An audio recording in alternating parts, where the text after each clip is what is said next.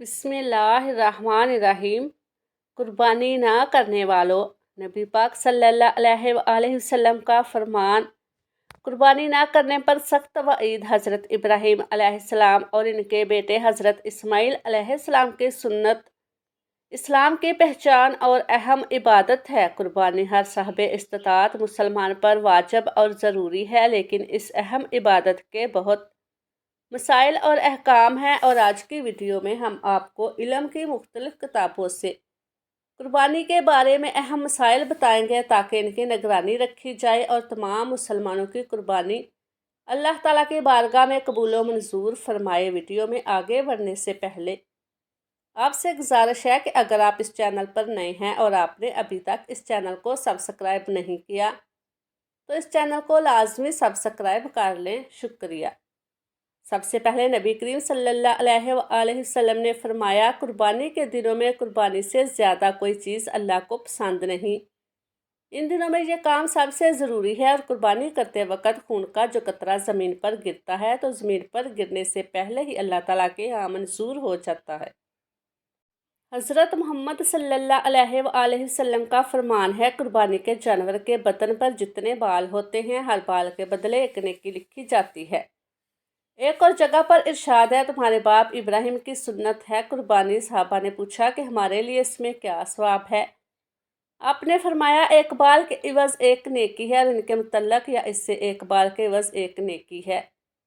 इसके अलावा नबी करीम सल्लल्लाहु अलैहि वसल्लम ने हिजरत करने के बाद हमेशा कुर्बानी की और ना करने की सख्त वईद बयान फरमाई है। फिर जो शख्स कुर्बानी नहीं करता वो हमारी ईदगाह की जानिब भी नायत बात करते हैं। इस हवाले से कि कुर्बानी वाजिब होने की 3 शराइत है: मुसलमान होना, मुकीम होना और इतना निसाब का मालिक होना जिसकी वजह से कुर्बानी का वजूद लाजिम हो जाए, या इसके पास रहायशी मकान, खाने पीने का सामान, इस्तेमाल के कपड़े और दीगर चीज़ों के इस्तेमाल के अलावा माल तिजारत हो तो इस पर कुर्बानी वाजिब होगी। इसका करना ज़रूरी है। और कुर्बानी के लिए इस जानवर का ज़िबा करना जिसका अख्तियार शरीयत ने साबित हो, और वो औरत जिसके पास 1 या 2 तोले सोना और चांदी या नकद रुपया हो, इस पर भी कुर्बानी वाजिब होगी। इस हवाले से मुफ्ती हजरात की जानिब से ज़रूर रुजू किया जाना चाहिए। आइए अब हम बात करते हैं कुर्बानी के वक़्त के बारे में। कुर्बानी की इबादत सिर्फ 3 दिन होती है। 3 ज़ुल्हज की 10वीं, 11वीं और 12वीं तारीख के साथ ख़ास किया गया है। अलबत्ता पहले दिन कुर्बानी करना ज़्यादा अफजल है, और हम आपको बताते चलें कि कुर्बानी करते वक्त ज़ुबान से नियत करना ज़रूरी नहीं है, सिर्फ दिल में ही कुर्बानी के लिए नियत कर लेना काफ़ी है। इसके बाद ज़िबा करने से पहले मसनून दुआ का मकसद सिर्फ और सिर्फ अल्लाह की रज़ा हो और इबादत का ख्याल से ज़िबा करे। गोश्त खाने वालों को दिखाने की तरफ से ज़िबा ना करे। कुर्बानी अपने हाथ से ज़िबा करे, यह ज़्यादा अफजल है। अगर कोई खुद ज़िबा करना ना जानता हो तो किसी और से ज़िबा कराए, लेकिन ज़िबा करते वक्त जानवर के सामने खड़ा रहे, अल्लाह अकबर की तलकीन करता रहे ताकि ज़िबा करने वाला गलती ना करे। जानवर को किबला रुख लटाकर ज़िबा करने वाला खुद भी किबला रुख होकर मसनून दुआ पढ़े, फिर अल्लाह का नाम लेकर सुन्नत के तरीके के मुताबिक हलकूम यानी सांस की नाली और खून की रग काट दे। और ज़िबा करते वक्त इस बात का बड़ा एहतमाम किया जाए, ख्याल रखा जाए कि जानवर को कम से कम तकलीफ हो।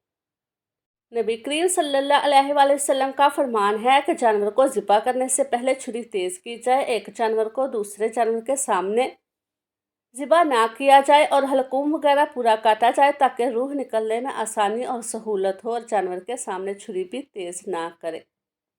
नाजरीन, अब बात करते हैं कि कुर्बानी किन जानवरों की जायज़ है। कुर्बानी बकरी, बकरा, मेंढा, भेड़, दुम्बा, गाय, ऊँट और ऊँटनी की कुर्बानी दुरुस्त है और जायज़ है। इनके अलावा किसी और जानवर की कुर्बानी दुरुस्त नहीं। गाय, ऊँट, भैंस अगर 7 आदमी शरीक होकर कुर्बानी करें तो दुरुस्त है, मगर ज़रूरी है कि किसी का एक हिस्सा 7वें हिस्से से कम ना हो। और ये ज़रूरी है कि बकरा बकरी का 1 साल का होना ज़रूरी है, और अगर इतना मोटा और तैयार के देखने में साल भर का मालूम हो तो भी जायज़ है। दुम्बा 6 माह का कुर्बानी के लिए जायज़ है। गाय 2 साल का, जबकि ऊँट 5 साल का होना ज़रूरी है। इन उम्रों से कम उम्र के जानवर कुर्बानी के लिए जायज़ नहीं। अगर जानवरों का फ़रोख्त करने वाला जानवर की उम्र पूरी बताता है और ज़ाहरी हालत में ऐसा नहीं लगता तो इस पर इत्माद जायज़ है।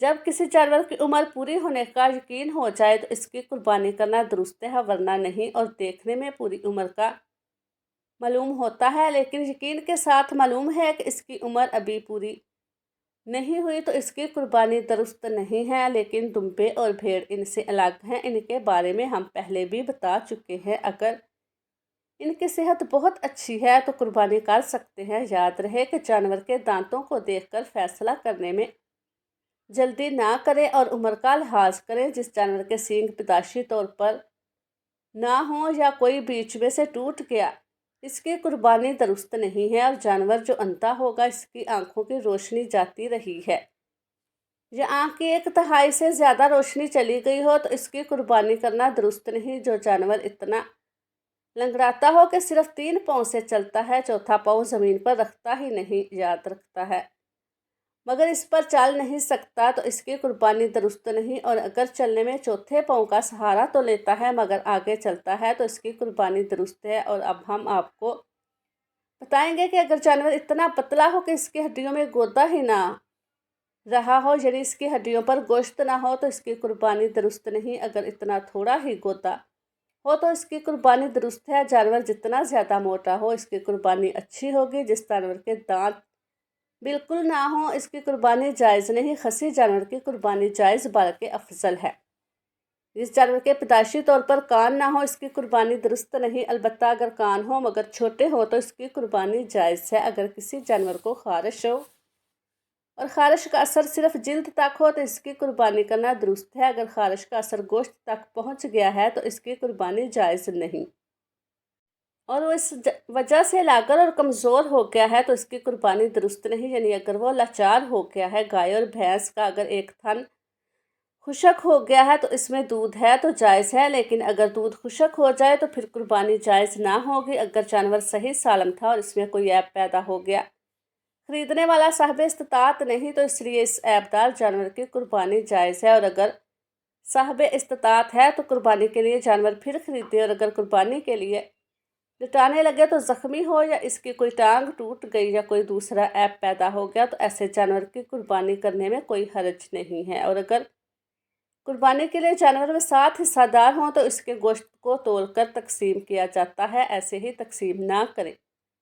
ورنہ کوئی حصہ زیادہ کوئی حصہ کم ہونے کی صورت میں آپ کی قربانی قبول نہیں ہوگی۔ اگر تمام حصہ دار ایک ہی جگہ کھاتے ہیں اور ایک ہی جگہ رہتے ہیں، ایک ہی گھر میں اکٹھے ہیں، تو اس صورت میں ضرورت نہیں۔ اگر ایک جانور میں جائز ہے اور اس میں برابر ہوں گے یہ کہ گوشت کے 3 حصے کیے جائیں، ایک حصہ اپنے اہل و عیال کے لیے اور دوسرا حصہ فقراء اور مساکین میں تقسیم کرے، اور جس کے افراد گھر سے زیادہ ہوں تو وہ تمام گوشت خود بھی رکھ سکتا ہے، لیکن تقسیم کا اچھا طریقہ یہ ہے کہ اپنے خرچ کے مطابق نکال کر باقی عزیز اور فقراء میں تقسیم کر دیا جائے جو ان کے حقدار ہیں۔ اور ان لوگوں کا خاص طور پر خیال رکھنا چاہیے جو قربانی نہیں کر سکتے۔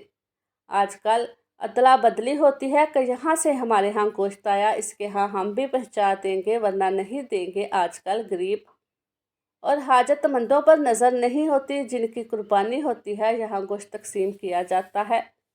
افضل ہے اگر کسی مرنے والے نے قربانی کی تلقین کی ہو تو ایسی صورت میں تمام گوشت صدقہ کرنا جائز ہے۔ اللہ تعالی ہم تمام مسلمانوں کو قربانی صحیح طریقے سے کرنے کی ہمت دے، اصولوں کی پابندی کرنے کی توفیق عطا فرمائے تاکہ ہم قربانی اچھے اور صحیح طریقے سے دے سکے۔ اللہ تعالی ہمیں نیک عمل کرنے کی توفیق عطا فرمائے۔ اللہ تعالی میرا سنانا اور آپ کا سننا قبول اور منظور فرمائے۔